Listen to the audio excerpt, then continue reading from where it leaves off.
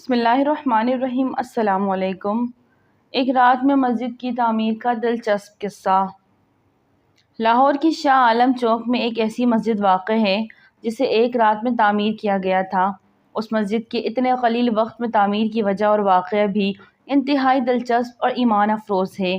تاریخ بتاتی ہے کہ انگریزوں کے دور میں اس مقام سے ایک مسلمان مسافر کا گزر ہوا اور اس نے یہاں نماز ادا کی، جبکہ یہ علاقہ اس وقت ہندوؤں کی اکثریت کا حامل تھا۔ ہندوؤں کو یہ برداشت نہ ہوا اور انہوں نے ہنگامہ آرائی شروع کر دی۔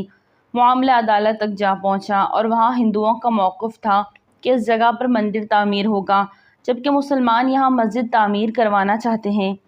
اس موقع پر وکیل نے انہیں تجویز دی اگر وہ یہاں صبح فجر سے پہلے مسجد تعمیر کر لیتے ہیں تو کیس کا فیصلہ ان کے حق میں ہو جائے گا۔ مسلمانوں کی جانب سے اس کیس کی پیروی قائد اعظم محمد علی جناح رحمۃ اللہ علیہ کر رہے تھے۔ یہ سننا تھا کہ مسلمانوں نے گاما پہلوان کی قیادت میں راتوں رات مسجد تعمیر کرنے کا فیصلہ کیا اور جس مسلمان کے پاس جو سامان تھا اس نے وہ مسجد کی تعمیر کے لیے وقف کر دیا۔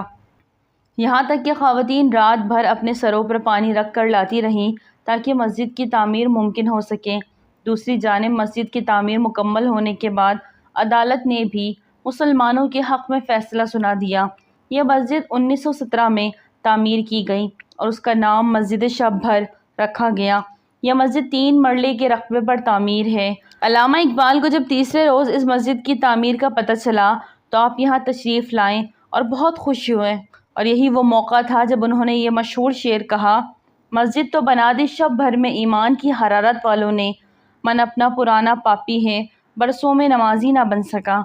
ناظرین، ویڈیو اچھی لگی تو لائک کریں، چینل کو سبسکرائب کر دیں اور دعاؤں میں یاد رکھیں۔ السلام علیکم۔